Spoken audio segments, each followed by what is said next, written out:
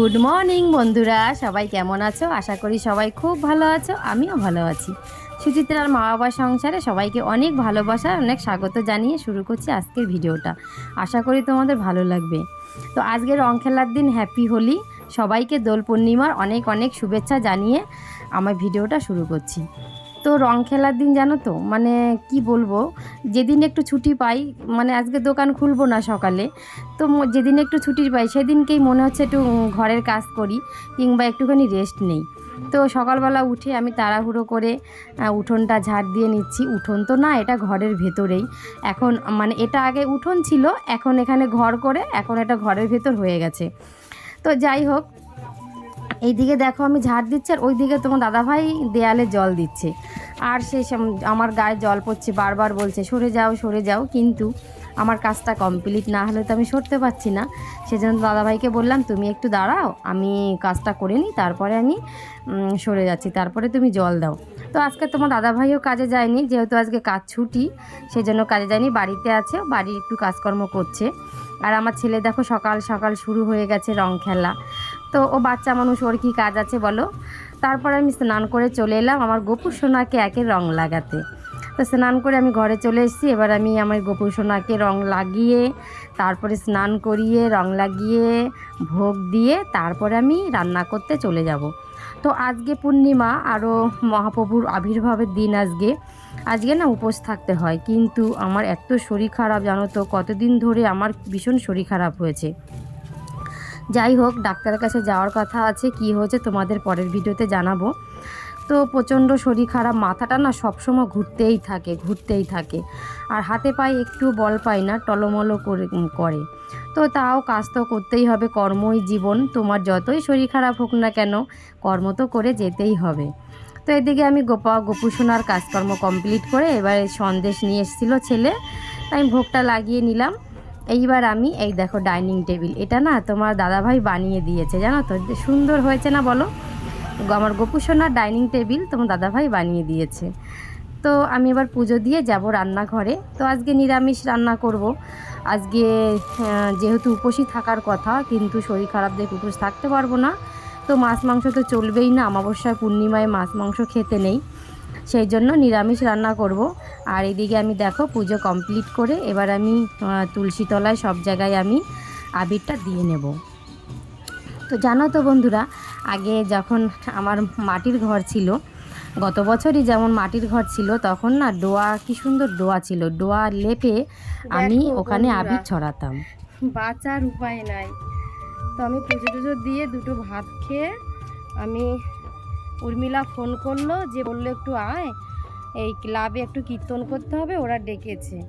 তো আমার জানো তো ওই সেই জ্বরটা হওয়ার পর থেকে না গা হাত পা একটুও বল পাই না, জানো তো, মানে কেমন একটা মাথা ঘুরতেই থাকে সব সময়, আর পা বাড়াতে পারি না, আর গা হাত পার মধ্যে শুধু কাঁপে। তো এই জ্বরটা হওয়ার পর থেকে এরকম হচ্ছে। তো আমি বললাম যে দাঁড়া, আমি একটু যাচ্ছি, শুনে আসছি। তো গেলাম ওখানে ওদের বাড়ি শোনার জন্য। রাস্তায় মানে ওরা কতবার ট্রাই করলো রং দেওয়ার জন্য, আমি বললাম দিস না, দুবার স্নান হয়ে গেছে, এবার শরীর খারাপ হবে। তা বললো বৌদি একটু অল্প একটু আবির দিয়ে দিলাম, যে ঠিক আছে দে। তো আবির নিয়ে চলে এলাম। এবার রেডি হয়ে একটু যাব, দেখি বেশিক্ষণ পারবো না, 10 কি 8 ঘন্টার মতন কীর্তন করে চলে আসবো। চলো পরে। তো দেখো আমি শাড়ি পরে রেডি হয়ে নিয়েছি কীর্তনে যাওয়ার জন্য। তো এদিকে তোমার দাদা ভাই একটু রং লাগিয়ে দিয়ে যায়, কেননা যেটা আগে কর্তব্য, সেই কর্তব্যটা আগে করে তারপর আমি কীর্তনে যাব। কিন্তু শরীরটাও ভালো নেই, তা ওরা ডেকেছে যখন একটু যেতে হবে, সেই জন্য তো দাদাভাই বললো ঠিক আছে যাও, বেশিক্ষণ থাকবে না, কিন্তু চলে আসবে। আর আজকে তো রাস্তায় বেরোনোই যায় না, মানে এত পরিস্থিতি খারাপ, রাস্তায় বেরোনো যায় না। দেখো তোমার দাদাভাইয়ের কাণ্ড দেখো, মানে ওর একটু রং লাগিয়ে আবির লাগিয়ে ওর মন শান্তি হচ্ছে না, বলছে একটু ভালো করে লাগিয়ে দিই। আমি আবার ওই রংটা ওর গেঞ্জিতেই লাগিয়ে দিলাম। দেখো কীর্তনে গেছিলাম, তো কীর্তন থেকে দিয়েছে এই দেখো রুটি আলুর দম, তোমার দাদাভাই খাচ্ছে। কেমন আছে আলুর দম? আলুর দম যেরকম রান্না করেছি সেরকম হয়েছে। দিয়েছে ওখান থেকে, একটু বলবে যে কেমন হয়েছে, তাও কথা ছিরিস শোনো, মানে খাবে আবার মানে খাওয়ার দরকার খাবে, কারণ নামে কিছু বলা যাবে না। আমি তো পেটুক তো। হ্যাঁ একটু, এই দেখো সামনে দিয়ে দেখো একটু। আমি একটু তো ওখান থেকে আলুর দম দিয়েছে আর রুটি আর মিষ্টি দিয়েছে। এখন আমি একটু খিচুড়ি করব, একটুখানি আতপ চাল দিয়ে একটু খিচুড়ি বানাবো। বাবু বাড়ি নেই, আমার শ্বশুরও বাড়ি নেই, কেউ নেই, আমরা দুজনে খাবো। তো একটু বেরোনোর ইচ্ছা ছিল তোমার ওই বসন্ত উৎসবে, কিন্তু আজকে মায়াপুরে যাওয়ার ইচ্ছা ছিল। তো দিদি যেতে পারবে না, দাদা ছুটি নেই, সেই জন্য দিদি বলল যাবো না, একা একা যাওয়া যায় বলো, সেই জন্য আর যাইনি। তো যাই হোক, এবছরটা মাটি হয়ে গেল, একটু বসন্ত উৎসবে যেতে পারলাম না, এদিকে মায়াপুরেও যেতে পারলাম না, কোনো জায়গায় যাওয়া হলো না। তো যাই হোক, এখন একটু খিচুড়ি করব, বিকেলে আবার দোকান খুলতে হবে, দোকানে যেতে হবে। তো তো চলো বন্ধুরা, খিচুড়ি রান্না করে নিই, পরে দেখা হচ্ছে। তো দেখো আমি এক পাশে খিচুড়ি বসিয়ে দিয়েছি প্রেসার কুকারে, আর এই পাশে বেগুন ভেজে নিচ্ছি। তো দুপুরবেলা দুজনের খাওয়া, একটু খিচুড়ি আর বেগুন ভাজা করে নেব। তো খিচুড়িটা হয়ে গেছে, এখন দুইজনে খেয়ে নেব। খেয়ে তারপরে একটুখানি স্নান করে, আবার স্নান করতে হবে, সকালে একবার করেছি, আবার স্নান করতে হবে। তো ঘরের ভিতরে না একটা গরম লাগছে। তো দাদাভাইকে বললাম দেখো বাইরে কি সুন্দর হাওয়া ছেড়েছে, একদম ফুরফুর করে কি সুন্দর হাওয়া আসছে, চলো বাইরে গিয়ে খাই। বললো ঠিক আছে, তাহলে সব কিছু বাইরে নিয়ে আসো, বাইরে একটা বেঞ্চ আছে, ওখানে বসে খাওয়া যাবে। আমি যে ঠিক আছে।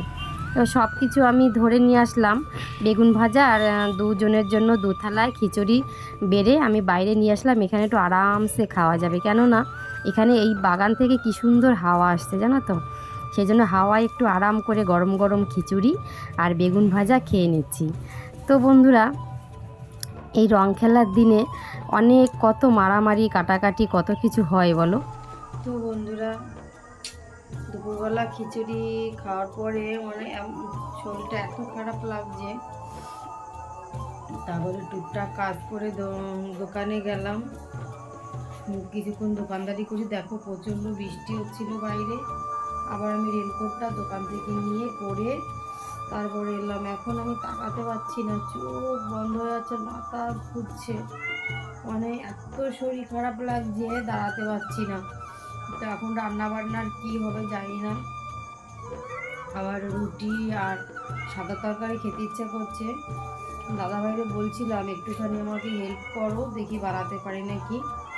এই যে ময়দা নিয়ে এসেছি, দেখো আসার সময় ময়দা নিয়ে এসেছি, এখন ওই রুটি মানে পরোটা আর সাদা তরকারি করবো, দেখি কতটা কি করতে পারবো জানি না। বাবুকে বলেছি তুই ময়দাটা মাখা, আমি একটু শুয়ে একটু রেস্ট নিয়ে নিই, নাহলে আর পারবো না কিছু। এবার এত কষ্ট হচ্ছে, কালকে যাব ডাক্তারের কাছে, সামনে ঈদ আছে, পয়লা বৈশাখ আছে, এরকম পড়ে থাকলে তো হবে না বলো, দোকানটা চালাতে হবে। আর আমার গোপুষণ দেখো বসে আছে।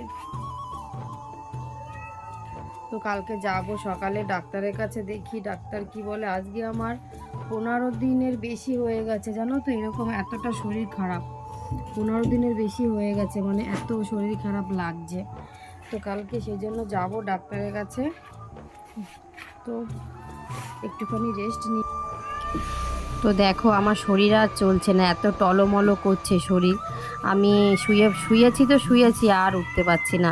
দাদাভাই বললো ঠিক আছে বাবু আটা মেখে দেবে, আমি রুটি আর এই বানিয়ে নেব। শরীরটা খারাপ লাগছে যে আমি যে শুয়েছি আর উঠতে পারছি না। তো দাদাভাই রুটি বানালো, বাবু আর তোমার দাদাভাই দুজনে মিলে রুটি বানালো, বানিয়ে বলছে একটা খেয়ে ওষুধ খাও। তো আমি উঠেছি, উঠে ওষুধটা খেলাম আর রুটিটা খেয়েছি, তাকাতে পারছি না। তো এখন আমি শুয়ে পড়বো, আর ভাল লাগছে না। তো বন্ধুরা, আজকের ভিডিওটা এখানেই শেষ করছি, দেখা হবে পরের ভিডিওতে। ততক্ষণ তোমরা সুস্থ থাকো, ভালো থাকো।